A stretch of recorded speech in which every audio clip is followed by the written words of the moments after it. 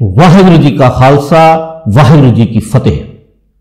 मैं भूपिंदर सिंह भाई खेल आप सब दी चढ़दी कला दी आस अते अरदास नाल अज जिस विषय नूं लैके आप सब दे रूबरू हां वो यह कि गुरु मर्यादा अते परंपरा की दृष्टि तो गुरु दीवान विच कुर्सियां ते बहना ठीक है जां गलत। बीते हफ्ते भाई अमृतपाल सिंह की वही वालों कुर्सियां नूं कढाउणा, उन्हां दी तोड़ भंन साड़ फूक करनी कितनी जायज है, की कहना है भाई अमृतपाल सिंह का, इसे बारे पेश है यह विचार चर्चा।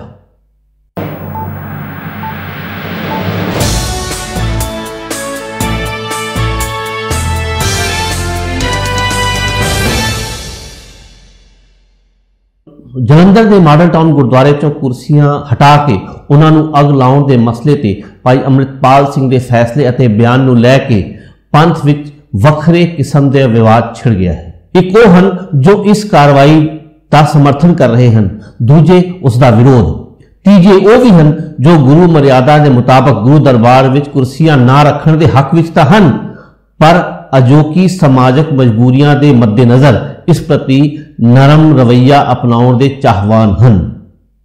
इन्हां सारियां तो परे एक चौथा धड़ा भी है जो इस आपसी खिच्चोताण का स्वाद लै रहा है अते मौका तलाश रहा है कि किवें भाई अमृतपाल सिंह के मिशन नूं थिड़काया जा सके। इसे करके कैप्टन अमरिंदर सिंह नूं मुड़ सुर्खियां दे विच देख के जहांगीर के जमाने का बीरबल याद आ गया, जो सिक्खी के खिलाफ चुगलियां लाउण का कोई भी मौका नहीं सी गोंदा। खैर चले हुए कारतूसां नूं भी जागी मुड़ बारूद भरे जाण दी आस। इत्थे यह दस दईए कि गुरु घर विच कुर्सियां रखण अते उसका विरोध करन वाले दोहां धिरां दी मनशा ते शक नहीं किया जा सकता। दोहां दियां भावनावां नूं समझण दी लोड़ है। नेक नीति दोहां पासे है। एक मजबूरी का वास्ता पा रहा है, दूजा गुरु दे हजूर गुस्ताखी तो बचण की दुहाई दे रहा है। मजबूरी भी है पर गुरु का सत्कार भी। देखना यह है कि अहम की है, मजबूरी या गुरु का सत्कार। कि सिख गुरु के सत्कार नाल समझौता करे? मजबूरी वश हो के गुरु दरबार च ही कुर्सियां ला के बैठे? जे यह दलील सही है तो वह दिन दूर नहीं, यह दलील देने वाले भी मिल जाएंगे जो शरेआम कहेंगे कि मजबूरी वश केस बुनने भी पतितपुणा नहीं, मजबूरी वश मौत तो बचने लिए सिक्खी छड़ना भी कोई गुनाह नहीं। फिर तो सारा सिख इतिहास सिख शहादतां गईयां खूह खाते। पहला ही इस तरह की कोझी मानसिकता सिखां विच देखी जा सकती है। कई मुंडे दाड़ी मुछां कतरदे हन, सिख बीबियां बेझिझक केसां दा कतल करदियां हन, सुंदर दिखण दी मजबूरी दे विच जां असल शक्ल लुको के रखण दी मजबूरी विच। सानू समझ लेना चाहिए है कि ना तो मजबूरी की कोई सीमा है अते ना ही तर्कां दा कोई अंत। इसलिए सिख लई अहम है गुरु मर्यादा, गुरु परंपरा। उसनूं मनना है, उसते चलना है, यही सिक्खी दी जीवन जाच है। मर्यादा तोड़ के शर्धा की दुहाई देनी मनमत है, होर कुछ नहीं। हुण देखते हां सिख इतिहास के पक्ष तो गुरु महाराज के समय तो ही संगत अते पंगत की मर्यादा निश्चित है। बाणी का सत्कार भावें वह पोथी के रूप में सी जां आद बीर के रूप में संकलित हो गई, बाणी नूं निरंकार का दर्जा दे के वध तो वध मान सन्मान दियां परंपरावां हन। इत्थे यह स्पष्ट कर दईए कि गुरु घर की जो भी रीत चली वह गुरु साहिब के हुक्मां नाल शुरू हुई। वह क्यों है, उसके की लाभ, यह गुरु ही जानता है। असी तो सिर्फ क्यास अराइयां ही ला सकते हैं। साडा काम सिर्फ गुरु अदब विच रहना, गुरु के हुक्म विच चलना है। खुद गुरु साहिबान आप बाणी के सत्कार दे विच नीवे बैठते रहे। आद ग्रंथ साहिब की हजूरी दे विच गद्दियां गदेले मंजे ला के बैठना गुरु की निरादरी समझा गया। बाबा बुढ़ा जी जो पहले ग्रंथी थापे गए, वो तकरीबन 150 साल की उम्र तक जींदे रहे और गुरु घर की सेवा की। इस दौरान कोई भी ऐसा प्रसंग नहीं मिलता कि वह ग्रंथ साहिब की हजूरी विच किसी उच्चे सहारे से बैठे हों। गुरमुख बैसों सफा विछाए ही गुरु रवायत है। यह परंपरा सिर्फ संगत विच ही नहीं, लंगर की पंगत विच भी पालन होंदी रही। इस दे पिछे गुरु मंतव की है, यह वखरा विषय है, पर यह सख्ती नाल लागू होंदी रही, यह सच है। किसी मजबूरी विच भी इसकी उलंघना नहीं सी कीती गई। बादशाह अकबर के आउण ते भी नहीं। वह भी जब गुरु रामदास जी ने मिलन गुरु दरबार आया तो संगत तो पहला पंगत च बैठ के गुरु का लंगर छकण की मर्यादा उसनू मननी पई। ध्यान दिओ, संगत दे विच बादशाह नू आसन तक किसने देना सी, जिसनू लंगर की पंगत विच भी आम संगत दे नाल बैठ के सादा भोजन ही छकना पिया। हालांकि इसका पालन बादशाह अकबर ने किया। उसने जमीन ते विछी हुई टाट ते ही आम संगत दे नाल बैठ के लंगर वाला सादा भोजन ही किया। उसने गुरु घर की संगत अते पंगत की मर्यादा नू ही मन्निया। मतलब यह है कि संगत जिथे गुरु महाराज की हजूरी है उत्थे कोई आसन ला के की बैठेगा। लंगर की पंगत विच भी किसी उच्चे आसन ते बैठना गुरु मर्यादा की उलंघना है। इसी गुरु परंपरा है, गुरु मर्यादा है। गुरु के हुक्म अटल हैं जो समय नाल नहीं बदलते। हां, बदलिया है तो साडे जीवन का ढंग, बदली है तो साडी जीवन शैली, जिस करके हम सानू तरह तरह के असाध रोग, शुगर बीपी तो लैके जुड़े हुए गोडे गिट्टे तक सानू सब नू पता है कि जे असी जीवन के तौर तरीके खाण पीण बदल लईए, कसरत की हरकत करिए, यह रोग भज जाणगे। घटो घट कंट्रोल दे विच तां आ ही जाणगे, पर कंफर्ट जोन तो असी निकलना नहीं चाहते। जीव के स्वादां दे पट्टे हुए हाँ, कसरत की मुशक्कत साडे तो होंदी नहीं, चौकड़ा मार के असीं उन्हां कदे कीता नहीं। पैसे की दौड़, फोकी चौड़ अते झूठ की होड़ विच गलतान, शरीरक रोगों की पीड़ की कराह, यह है हमारा जीवन। मन नू भी रोगी बना लिया है असी, इसे करके खुद नू बदलन की थां गुरु मर्यादा नू ही बदलन दीयां गल्लां कर रहे हां। इसे विचों ही निकलती है कुर्सी की मजबूरी। यह इस कदर वध गई है कि एक दो कुर्सियां की सहूलत तो शुरू हुई ढिल गद्देदार सोफियां तक आ पहुंची है। गुरु दरबार हाल विच ही पक्के 2 फुट हेठा फर्श बना के लग्जरी कुर्सियां अज आलीशान गुरुद्वारियां की शान बन गए हैं। गुरुद्वारियां नूं व्यापार वांगू चलाउण वाली क्रिमिनल माइंडसैट की ही उपज है इस 2 फुट हेठा कुर्सी डाउन की व्यवस्था। इस चालाक बिरती ने तर्क भी कर लिया है। लो जी, हुण तां कुर्सी ते बैठे हुए भी तुसी सारी संगत के बराबर ही हो, कोई मर्यादा की उलंघना नहीं। इसे करके संगतां चों कई लोग सहूलत मुताबक तुहानू इन्हां कुर्सियां ते बैठे हुए दिस जाणगे। इसका सीधा मतलब यह कि इस व्यवस्था नाल वह शर्म भी खत्म हो गई जो पहला कदे गुरु के सामने कुर्सी ते बैठण लई होया करदी सी। मन च पैदा होने वाला बेदबी का एहसास भी मर मुक गया। बलिहार जाइए ऐसी श्रद्धा दे। मजबूरी करके दिती ढिल का नुकसान की होया, आओ पहला यह देखते हैं। सहूलत का भी कोई अंत नहीं, इसी तरह मिसयूज दुरुपयोग की भी कोई सीमा नहीं। पहला यह वीडियो देखो। यह वीडियो गुरुद्वारा गुरु नानक दरबार हिक्सविल न्यूयॉर्क लॉन्ग आइलैंड के एक समागम की है। तुसी देख सकते हो कि गुरुद्वारा गुरु दरबार में ही कुछ स्वामी कुर्सी ते बैठे हुए हैं। दरबार के नाल बनेरे मगर पईयां कुर्सियां नूं चुक चुक के हाल दे विच रख के होर आ रहे स्वामियों नूं बिठाया जा रहा है। यह क्यों होया? क्योंकि पंथ ने दरबार हाल दे विच कुर्सी रखण दी ढिल दित्ती, जो परंपरा बनती जा रही है। प्रबंधकां ने ढिल का दुरुपयोग करना शुरू कर दिता। बनेरे तो टपा के कुर्सियां सीधियां हॉल के अंदर रख लिया। संगत ने भी स्वीकार कर लिया, इस हरकत का कोई विरोध नहीं किया। इस प्रोग्राम बारे होर खबरां भी हैं कि इन्हां स्वामियां दे सत्कार दे विच प्रबंधकां ने समागम विच बीबियां की एंट्री भी बैन कर दी सी, क्योंकि स्वामी ब्रह्मचारी सन। बीबियां हथों लंगर भी नहीं सी बनवाया गया। लंगर भी वखरा बिना लसन प्याज के तैयार करवाया गया सी। गुरु महाराज की हजूरी विच ही मंत्रा का जाप भी होण दिता गया। खैर, असी अपने विषय ते केंद्रित करते हैं। दूजा एग्जाम्पल है मर्यादा ते विच दित्ती ढिल के नुकसान का।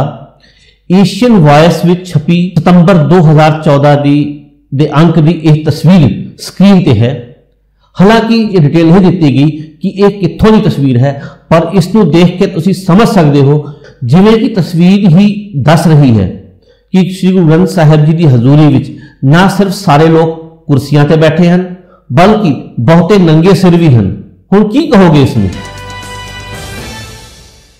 ਹੁਣ ਦੂਜਾ ਪੱਖ ਦੇਖਦੇ ਹਾਂ। ਜਿਨ੍ਹਾਂ ਪ੍ਰਬੰਧਕਾਂ ਨੇ ਗੁਰੂ ਮਰਿਆਦਾ ਤੇ ਪੱਕਾ ਪਹਿਰਾ ਦਿੱਤਾ ਹੈ, ਉਹਨਾਂ ਨੇ ਨਾ ਸਿਰਫ ਗੁਰੂ ਘਰ ਦੀ ਮਾਣ ਮਰਿਆਦਾ ਬਲਕਿ ਕੌਮ ਦੀ ਅਣਖ ਅਤੇ ਗੈਰਤ ਦੋਹਾਂ ਨੂੰ ਬਰਕਰਾਰ ਰੱਖਿਆ ਹੈ। ਦੂਰ ਕੀ ਜਾਣਾ, ਹਾਲ ਹੀ ਵਿੱਚ ਪਿਛਲੇ ਦਿਨੀ ਇੰਗਲੈਂਡ ਦਾ ਮਹਾਰਾਜਾ ਚਾਰਲਸ ਬੈਡਫੋਰਡਸ਼ਾਇਰ ਦੇ ਲੂਟਨ ਗੁਰਦੁਆਰੇ ਦਾ ਉਦਘਾਟਨ ਕਰਨ ਲਈ ਆਇਆ ਸੀ। ਤਸਵੀਰਾਂ ਆਪ ਸਭ ਨੇ ਦੇਖੀਆਂ ਹੀ ਹੋਣਗੀਆਂ। ਮਹਾਰਾਜਾ ਗੁਰੂ ਦਰਬਾਰ ਵਿੱਚ ਚੌਕੜੀ ਮਾਰ ਕੇ ਬੈਠਾ ਹੈ। ਤਸਵੀਰ ਦੇਖ ਕੇ ਪਤਾ ਚੱਲ ਰਿਹਾ ਹੈ ਕਿ ਚਾਰਲਸ ਨੂੰ ਕਿੰਨੀ ਮੁਸ਼ਕਿਲ ਹੋ ਰਹੀ ਹੈ, ਫਿਰ ਵੀ ਉਹ ਬੈਠਾ ਰਿਹਾ। ਇਹ ਉਸ ਦੀ ਵਡਿਆਈ ਤਾਂ ਹੈ ਹੀ, ਉਹਨਾਂ ਪ੍ਰਬੰਧਕਾਂ ਦੀ ਵੀ ਸਿਆਣਪ ਹੈ ਜਿਨ੍ਹਾਂ ਮਹਾਰਾਜੇ ਲਈ ਗੁਰੂ ਮਰਿਆਦਾ ਨਹੀਂ ਤੋੜੀ। ਇਸੇ ਤਰ੍ਹਾਂ ਸਰਦਾਰ ਸਿਮਰਨਜੀਤ ਸਿੰਘ ਮਾਨ ਨੂੰ ਵੀ ਗੁਰੂ ਦਰਬਾਰ ਵਿੱਚ ਬੈਠਿਆਂ ਦੇਖਿਆ ਜਾ ਸਕਦਾ ਹੈ, ਜਦਕਿ ਉਸ ਦੀ ਚੌਕੜੀ ਵੀ ਨਹੀਂ ਵੱਜਦੀ, ਜਦਕਿ ਉਸ ਦੀ ਲੱਤਾਂ ਨੇ ਅਥਾਹ ਪੁਲਿਸ ਤਸ਼ੱਦਦ ਝੱਲਿਆ ਹੈ। ਮਤਲਬ ਇਹ ਕੁਝ ਚੁਣਵੇਂ ਗੋਡਿਆਂ ਅਤੇ ਬੈਕਬੋਨ ਦੇ ਕੇਸਾਂ ਨੂੰ ਛੱਡ ਕੇ ਜੇ ਸ਼ਰਧਾਲੂ ਚਾਹੇ ਤਾਂ ਆਪਣਾ ਖਾਣ ਪੀਣ ਜੀਵਨ ਸ਼ੈਲੀ ਬਦਲ ਕੇ ਉੱਠਣ ਬੈਠਣ ਜੋਗਾ ਤਾਂ ਬਣ ਹੀ ਸਕਦਾ ਹੈ। ਲੇਕਿਨ ਅਸੀਂ ਸਹੂਲਤਾਂ ਦੇ ਦੇ ਕੇ ਉਸ ਦੀ ਸਹੀ ਜ਼ਿੰਦਗੀ ਜਿਉਣ ਦੇ ਸਾਰੇ ਰਾਹ ਬੰਦ ਕਰੀ ਜਾ ਰਹੇ, ਉਸ ਦੀ ਇੱਛਾ ਸ਼ਕਤੀ ਜਾਗਣ ਹੀ ਨਹੀਂ ਦਿੰਦੇ। ਗੁਰੂ ਘਰ ਦੀ ਖਿੱਚ ਹੀ ਸ਼ਰਧਾਲੂ ਦੇ ਗੋਡੇ ਲਚੀਲੇ ਬਣਾ ਸਕਦੀ ਹੈ, ਪਰ ਅਸੀਂ ਉੱਥੇ ਵੀ ਕੁਰਸੀ ਦਾ ਸੁਖ ਦੇ ਕੇ ਉਸ ਦੇ ਦੁੱਖਾਂ ਤੋਂ ਉਭਰਨ ਦੇ ਰਾਹ ਬੰਦ ਕਰ ਲੈਂਦੇ ਹਾਂ। ਇਸ ਤਰ੍ਹਾਂ ਮਜਬੂਰੀ ਦੇ ਨਾਮ ਤੇ ਗੁਰੂ ਮਰਿਆਦਾ ਬਦਲਣੀ ਕਿਸੇ ਵੀ ਤਰ੍ਹਾਂ ਤੇ ਤਰਕਸੰਗਤ ਨਹੀਂ ਕਹੀ ਜਾ ਸਕਦੀ। ਇਸ ਦੇ ਲਈ ਬਦਲਵੀਂ ਵਿਵਸਥਾ ਸੰਬੰਧੀ ਪਹਿਲਾਂ ਹੀ ਸਪਸ਼ਟ ਨਿਰਦੇਸ਼ ਸ੍ਰੀ ਅਕਾਲ ਤਖਤ ਸਾਹਿਬ ਤੋਂ ਜਾਰੀ ਹੋ ਚੁੱਕੇ ਹਨ। 22 ਨਵੰਬਰ 2017 ਦੇ ਹੁਕਮਨਾਮੇ ਮੁਤਾਬਕ ਦਰਬਾਰ ਹਾਲ ਤੋਂ ਬਾਹਰ ਵੱਖਰਾ ਸਕਰੀਨ ਲਗਾ ਕੇ ਕੁਰਸੀਆਂ ਦਾ ਇੰਤਜ਼ਾਮ ਕੀਤਾ ਜਾਣਾ ਚਾਹੀਦਾ ਹੈ। ਉਸ ਵਿੱਚ ਕਿਧਰੇ ਵੀ ਨਹੀਂ ਲਿਖਿਆ ਕਿ ਇਸ ਦਰਬਾਰ ਹਾਲ ਵਿੱਚ 2 ਫੁੱਟ ਨੀਵੀਂ ਥਾਂ ਬਣਾ ਕੇ ਕੁਰਸੀਆਂ ਲਾ ਲਓ। ਹਾਂ, ਇੱਥੇ ਇਹ ਸਵਾਲ ਵੀ ਇਸੇ ਕਰਕੇ ਪੁੱਛਿਆ ਜਾ ਰਿਹਾ ਹੈ ਕਿ ਕੀ ਫਿਰ ਭਾਈ ਅੰਮ੍ਰਿਤਪਾਲ ਸਿੰਘ ਦੇ ਸਾਥੀਆਂ ਵੱਲੋਂ ਗੁਰਦੁਆਰਾ ਸਾਹਿਬ ਜਲੰਧਰ ਦੀਆਂ ਕੁਰਸੀਆਂ ਸਾੜਨ ਨੂੰ ਜਾਇਜ਼ ਮੰਨ ਲਿਆ ਜਾਵੇ? ਇਸ ਘਟਨਾ ਦੇ ਵਾਪਰਨ ਸਮੇਂ ਵੀ ਇਹੀ ਸਵਾਲ ਉੱਠੇ ਕਿ ਇਹਨਾਂ ਕੁਰਸੀਆਂ ਨੂੰ ਸਾੜਿਆ ਕਿਉਂ?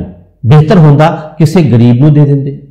ਇਸ ਦੇ ਜਵਾਬ ਵਿੱਚ ਭਾਈ ਅੰਮ੍ਰਿਤਪਾਲ ਸਿੰਘ ਦਾ ਤਰਕ ਸੀ ਕਿ ਇਹ ਕੁਰਸੀਆਂ ਗੁਰੂ ਮਰਿਆਦਾ ਦੇ ਉਲਟ ਲਗਾਈਆਂ ਗਈਆਂ, ਇਹਨਾਂ ਗੁਰੂ ਘਰ ਦੀ ਬੇਅਦਬੀ ਕੀਤੀ, ਇਹ ਗੁਰੂ ਨਾਲ ਸ਼ਰੀਕਾ ਬਣਨ ਦੇ ਕੰਮ ਆਈਆਂ, ਇਸ ਕਰਕੇ ਇਹ ਕੁਰਸੀਆਂ ਮਲੀਨ ਹਨ, ਕਿਸੇ ਦੇ ਇਸਤੇਮਾਲ ਦੇ ਯੋਗ ਨਹੀਂ। ਇਹ ਜਿਸ ਗਰੀਬ ਦੇ ਘਰ ਵੀ ਜਾਣਗੀਆਂ ਉਸ ਦਾ ਉਜਾੜਾ ਹੀ ਕਰਨਗੀਆਂ। ਇਸ ਦੀ ਲੱਕੜ ਜਲਾ ਦਿਓ, ਇਸ ਦਾ ਲੋਹਾ ਗਲਾ ਦਿਓ। ਇਸ ਦੀ ਲੱਕੜ ਨਾਲ ਨਾ ਰੋਟੀ ਪੱਕੇ ਨਾ ਚੁੱਲ੍ਹਾ ਜਲੇ। ਠੰਡ ਹਟਾਉਣ ਲਈ ਇਸ ਦਾ ਸੇਕ ਲੈਣਾ ਵੀ ਨੁਕਸਾਨਦੇਹ ਹੈ। ਉਹਨਾਂ ਇਹ ਵੀ ਕਿਹਾ ਕਿ ਇਸ ਦਾ ਮਤਲਬ ਇਹ ਨਹੀਂ ਕਿ ਹਰ ਥਾਂ ਤੇ ਇਹੀ ਕੰਮ ਕਰਨਾ ਹੈ। ਇਹ ਸਿੰਬੋਲਿਕ ਹੈ ਤਾਂ ਜੋ ਹਰ ਕਿਸੇ ਨੂੰ ਸਮਝ ਆ ਸਕੇ ਕਿ ਦਰਬਾਰ ਸਾਹਿਬ ਅੰਦਰ ਕੁਰਸੀਆਂ ਰੱਖਣਾ ਕਿੰਨਾ ਗਲਤ ਹੈ। ਉਹਨਾਂ ਪ੍ਰਬੰਧਕਾਂ ਨੂੰ ਵੀ ਅਪੀਲ ਕੀਤੀ ਕਿ ਉਹ ਗੁਰਦੁਆਰਾ ਹਾਲਾਂ ਤੋਂ ਕੁਰਸੀਆਂ ਆਪ ਹੀ ਚੁਕਵਾ ਲੈਣ। ਭਾਈ ਅੰਮ੍ਰਿਤਪਾਲ ਸਿੰਘ ਦੇ ਜਵਾਬ ਤੇ ਕਿਸੇ ਹੱਦ ਤੱਕ ਸਹਿਮਤ ਹੋਣ ਦੇ ਬਾਵਜੂਦ ਕਿਹਾ ਜਾ ਸਕਦਾ ਹੈ ਕਿ ਉਹਨਾਂ ਨੂੰ ਜੋ ਪਿਆਰ ਮਿਲ ਰਿਹਾ ਹੈ, ਉਹਨਾਂ ਦੇ ਹਰ ਮਸ਼ਵਰੇ ਨੂੰ ਪੰਥ ਗੰਭੀਰਤਾ ਨਾਲ ਲੈ ਰਿਹਾ ਹੈ। ਉਹਨਾਂ ਨੂੰ ਕਿਸੇ ਜ਼ਬਰਦਸਤੀ ਦੀ ਲੋੜ ਨਹੀਂ। Remember, Panth is watching you, ਕਰਮਾ ਸੰਦਲਾ ਖੇਤ। ਇਸੇ ਕਰਕੇ ਬਿਨਾਂ ਪ੍ਰਬੰਧਕਾਂ ਨਾਲ ਗੱਲਬਾਤ ਕੀਤਿਆਂ, ਬਿਨਾਂ ਕਿਸੇ ਨੋਟਿਸ ਦਿੱਤਿਆਂ ਕੁਰਸੀਆਂ ਬਾਹਰ ਕੱਢਣ ਤੋਂ ਲੈ ਕੇ ਸਾੜ ਫੂਕ ਦੀ ਕਾਰਵਾਈ ਤੱਕ ਨੂੰ ਕਿਸੇ ਵੀ ਤਰ੍ਹਾਂ ਤੇ ਸਹੀ ਨਹੀਂ ਠਹਿਰਾਇਆ ਜਾ ਸਕਦਾ। ਇਹ ਤਾਂ ਪੰਥਕ ਜ਼ਾਬਤੇ ਦੀ ਵੀ ਉਲੰਘਣਾ ਹੈ। ਖਾਲਸਾਈ ਜਜ਼ਬੇ ਨਾਲ ਭਰੀ ਵਹੀਰ ਦੇ ਜਜ਼ਬਾਤਾਂ ਦਾ ਬੇਲਗਾਮ ਉਛਾਲ ਹੈ। ਇਸ ਨੂੰ ਕਾਬੂ ਵਿੱਚ ਰੱਖਣ ਦੀ ਲੋੜ ਹੈ। ਇੱਕ ਜ਼ਿੰਮੇਵਾਰ ਆਗੂ ਵਾਲੀ ਜੋ ਛਵੀ ਭਾਈ ਅੰਮ੍ਰਿਤਪਾਲ ਸਿੰਘ ਦੀ ਬਣ ਰਹੀ ਹੈ, ਉਸ ਨੂੰ ਗ੍ਰਹਿਣ ਲਾਉਣ ਦੀ ਕੋਸ਼ਿਸ਼ ਹੈ ਇਹ ਕਾਰਾ। ਰੱਬ ਨਾ ਕਰੇ ਕੱਲ ਨੂੰ ਕੋਈ ਹੋਰ ਇਸੇ ਤਰ੍ਹਾਂ ਦੀ ਕੋਈ ਹੋਰ ਮਨਮਰਜ਼ੀ ਕਰੇ। ਉਸ ਵਕਤ ਭਾਈ ਅੰਮ੍ਰਿਤਪਾਲ ਸਿੰਘ ਦਾ ਕੀ ਰਿਐਕਸ਼ਨ ਹੋਵੇਗਾ। ਜਿਸ ਵੱਡੇ ਨਿਸ਼ਾਨੇ ਦੇ ਲਈ ਕੌਮ ਨੂੰ ਭਾਈ ਅੰਮ੍ਰਿਤਪਾਲ ਸਿੰਘ ਤਿਆਰ ਕਰ ਰਹੇ ਹਨ, ਇਹ ਨਹੀਂ ਲੱਗਦਾ ਕਿ ਉਹ ਕਿਸੇ ਆਪ ਹੁਦਰੀ ਕਾਰਵਾਈ ਨੂੰ ਸਪੋਰਟ ਕਰਨਗੇ। ਦੂਜਾ, ਕੁਰਸੀਆਂ ਅਤੇ ਬੈਂਚ ਮਲੀਨ ਨਹੀਂ ਹੁੰਦੇ, ਉਹਨਾਂ ਦਾ ਇਸਤੇਮਾਲ ਸਹੀ ਜਾਂ ਗਲਤ ਹੁੰਦਾ ਹੈ। ਜਿਵੇਂ ਕਰੰਸੀ ਵੈਸ਼ਿਆ ਦੇ ਦਰ ਤੇ ਰੋੜੀ ਜਾਂਦੀ ਹੈ ਜਾਂ ਧਾਰਮਿਕ ਸਥਾਨ ਤੇ ਚੜਾਵੇ ਵਜੋਂ ਇਸਤੇਮਾਲ ਕੀਤੀ ਜਾਂਦੀ ਹੈ, ਕਰੰਸੀ ਦਾ ਕੀ ਦੋਸ਼? ਉਸੇ ਤਰ੍ਹਾਂ ਇਹਨਾਂ ਵਸਤਾਂ ਦਾ ਵੀ ਕੀ ਦੋਸ਼? ਇਹਨਾਂ ਤੇ ਸੰਗਤ ਤੇ ਦਸਵੰਧ ਦਾ ਪੈਸਾ ਲੱਗਿਆ ਹੈ। ਜੇ ਦਸਵੰਧ ਦਾ ਗਲਤ ਇਸਤੇਮਾਲ ਕੀਤਾ ਹੈ ਤਾਂ ਦੋਸ਼ ਪ੍ਰਬੰਧਕਾਂ ਦਾ ਹੈ, ਨਾ ਕਿ ਇਹਨਾਂ ਨਿਰਜਾਨ ਕੁਰਸੀਆਂ ਦਾ। ਇਹਨਾਂ ਨੂੰ ਸਕੂਲਾਂ, ਲਾਇਬ੍ਰੇਰੀਆਂ, ਹਸਪਤਾਲਾਂ ਜਾਂ ਵੇਟਿੰਗ ਰੂਮ ਦੇ ਵਿੱਚ ਇਸਤੇਮਾਲ ਕੀਤਾ ਜਾ ਸਕਦਾ ਸੀ। ਤੀਜਾ, ਭਾਈ ਅੰਮ੍ਰਿਤਪਾਲ ਸਿੰਘ ਨੂੰ ਇਹ ਸਮਝ ਹੈ ਕਿ ਪੰਥ ਵਿੱਚ ਬਹੁਤੀਆਂ ਊੜਤਾਈਆਂ, ਜਿਸ ਵਿੱਚ ਮਰਿਆਦਾ ਦੀਆਂ ਕੁਤਾਹੀਆਂ ਵੀ ਸ਼ਾਮਲ ਹਨ, ਖਾਲਸਾ ਪੰਥ ਦੀ ਸਿਆਸੀ ਗੁਲਾਮੀ ਕਰਕੇ ਹਨ। ਰਾਜ ਬਿਨਾ ਨਹੀਂ ਧਰਮ ਚਲੇ ਹੈ ਦੀ ਅਟਲ ਸੱਚਾਈ ਨੂੰ ਉਹਨਾਂ ਨੂੰ ਦੱਸਣ ਦੀ ਲੋੜ ਨਹੀਂ। ਹੁਣ ਪਿਛਲੇ ਹਫ਼ਤੇ ਨਿਊਜ਼ੀਲੈਂਡ ਨੇ ਆਪਣੀ ਆਉਣ ਵਾਲੀ ਜਨਰੇਸ਼ਨ ਨੂੰ ਤੰਬਾਕੂ ਦੇ ਨੁਕਸਾਨਾਂ ਤੋਂ ਬਚਾਉਣ ਲਈ ਕਿਵੇਂ ਸਿਗਰਟ ਨੋਸ਼ੀ ਲਈ ਸਖਤ ਕਾਨੂੰਨ ਬਣਾਏ ਹਨ, ਇਹ ਉਹਨਾਂ ਨੇ ਵੀ ਨੋਟ ਕੀਤਾ ਹੋਵੇਗਾ। ਇਹ ਸਾਡੇ ਲਈ ਵੀ ਇੱਕ ਸਬਕ ਹੈ। ਵਕਤ ਦਾ ਇੰਤਜ਼ਾਰ ਜ਼ਰੂਰੀ ਹੈ। ਊੜਤਾਈਆਂ ਦਾ ਵਿਰੋਧ ਤਾਂ ਕਰਨਾ ਹੈ, ਸੁਧਾਰ ਵੀ ਲਿਆਉਣੇ ਹਨ, ਪਰ ਜ਼ਾਬਤੇ ਦਾ ਪੱਲਾ ਨਹੀਂ ਛੱਡਣਾ। ਇਸੇ ਨਾਲ ਦਿਓ ਇਜਾਜ਼ਤ। ਵੀਡੀਓ ਦੇਖਣ ਸੁਣਨ ਲਈ ਆਪ ਸਭ ਦਾ ਧੰਨਵਾਦ। खुश रहो, आबाद रहो। जे तुहानू यह उपराला चंगा लगता है तो इस चैनल को सबसक्राइब करके मेरी हौसला अफजाई जरूर करो। वध तो वध लाइक और शेयर करना भी ना भुलो। पाओ गुरु वालों बख्शी हुई फतेह की सांझ। वाहिगुरु जी का खालसा, वाहिगुरु जी की फतेह। वीर सूता क्या करे, उठ के ना जपे मुरार। एक दिन सोमन होएगो लांबे गोड़ पसार। ते मैं कुर्सी ते बहन वालियां नूं भी कहनी आ, तुसीं कुर्सियां ते गोडे मोड़ मोड़ के बैठे हो गुरु के दरबार विच, जदों फट्टे ते पाओगे तुहाडीआं लत्तां सिद्धियां होणगीआं। ये मैनूं दुख है कि सरदार जसवीर सिंह उन्हां दे पावन जात विच बैठे होइए ते दीवान विच गुरु ग्रंथ सच्चे पातशाह दे अगे कुर्सियां लगियां होण। की गुरु अर्जन देव सच्चे पातशाह दे मौके कुर्सियां लगदियां होणगीआं? की गुरु अंगद दे सच्चे पातशाह दे समय कुर्सियां लगदियां होणगीआं? एक कुरीति है। मैनूं आउंदे साल भावें बुलाओ या ना बुलाओ, पर ये मन मत जे, ये गुरमत नहीं। मैं गुस्से नाल नहीं कह रहा, मैं जज्बात नाल नहीं कह रहा, मैं ऐस गुरु दा बुला रहा। ये कहंदा होए एकत्र मिलो मेरे भाई, हर नामे के होवो जोड़ी। गुरमुख पैसो सभा विछाए, मैनूं कुर्सी ढाई लभ के विखा दो, मैं माफी मंग के जावांगा। कुर्सी डाए किथे लिखिया है? कुर्सी अर्थ खोटे रस वाली। एदा एक भी पावा टुट गया मनके परने डिग पवांगे, लेकिन सफ दा पावा नहीं। गुरु के सिखा नमाना होके बहु, कदे काला प्यासी तेरे वर्गा हमायूं आकड़ के आया सी। ते धन गुरु ते अंगद दे सच्चे पातशाह कहन लगे, हमायूं घाटे में जाएगा। चरना ते टह पिया, पर उस गलती वास्ते उन्होंने 12 साल भड़कने पैना पिया। गुरु ग्रंथ सच्चे पातशाह दे अगे रब दा वास्ता जे कुर्सियां ढा के ना ब्याह करो, मारे जावांगे। जिदन फट्टे ते पैना लड़ियां लत्तां सिद्धियां होणगीआं। मैं बंदियां दी खुशी नहीं आ रहा, मेरा निशाना गुरु ग्रंथ सच्चे पातशाह दी खुशी लेना है। मेरा इको एक निशाना मेरे रुसे ना कलगियां वाला जग भावें सारा रोजा है। जे कलगियां वाला वल है जाम गुरु हो वल, धने क्या गर्व दिजै। जाम गुरु है वल लख बाएं क्या किजै। जाम गुरु है वल ज्ञान अर ध्यान अन पर। जाम गुरु है वल शब्द सादगी सच्चे कर। जो गुरु गुरु ऐन जपे, जो गुरु ना मृत में तरे, सो जन्म मरण दो थे रहे।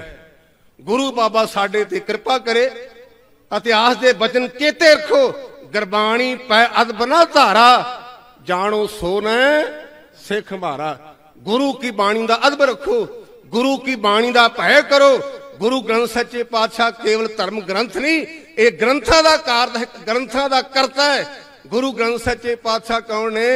आद सच, जुगाद सच, है भी सच, नानक उसी भी सच। जिन्हों कहंदे ट्रुथ इज यूनिवर्सल, सच्चाई सदीवी है। सच दे लड़ लगो, झूठ तो बचो। गुरु ग्रंथ सच्चे पातशाह साडे सारिਆਂ ते किरपा करन, साडा उन्हां गुरसिखां वर्गा जीवन बने। ये गुरु ग्रंथ सच्चे पातशाह दे चरनां च अरदास बेनती है। गुरु ग्रंथ सच्चे पातशाह दा धन्नवाद, गुरु के संगतां दा धन्नवाद, भुल्लां चुक्कां दी माफ़ी। वाहिगुरू जी का खालसा, वाहिगुरू जी की फतेह। भी जे महाराज जमीन ते बैठे होण, सिखां नूं सत्कार वजों टोआ पुट के ते नीवे होके बैठना चाहिए। ते जे महाराज तख्त ते ने ओदी हजूरी दे विच कोई दूजा तख्त लग जावे, ये बड़े वड्डे गुनाह दी गल है। गुनाह नूं शब्दी रूप च बयान नहीं किया जा सकता।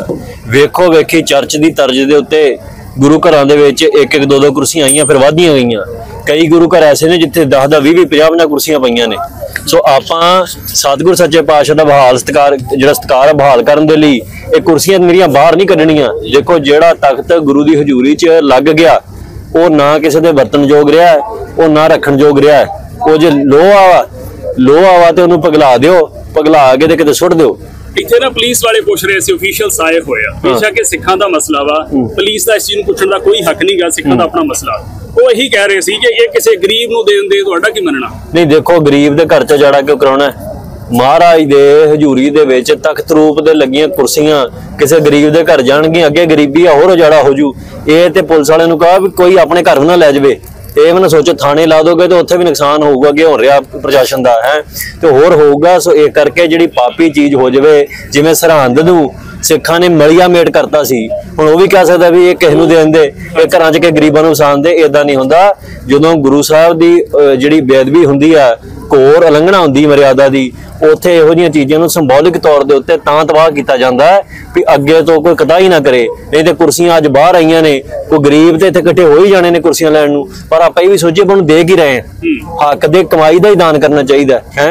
तो ये पलीत हुई चीज़ है। जे लकड़ है तो लकड़ नूं अग ला दिओ, ओहदी अग सेकनी भी नहीं चाहिए। मैं कहना ये ना रोटी पके ना चुल्हा बले, इनू अग ला के दूर किते अग लाउणी चाहिए इहो जी चीज़ नूं। सो महाराज किरपा करन, जिहड़े जिहड़े गुरु घरां दे विच कुर्सियां हैगियां ने वो आप कड्ढण, सानू ना कड्ढणियां पैण, आप कड्ढ के भन्न के अग लाउण, ये मर्यादा है।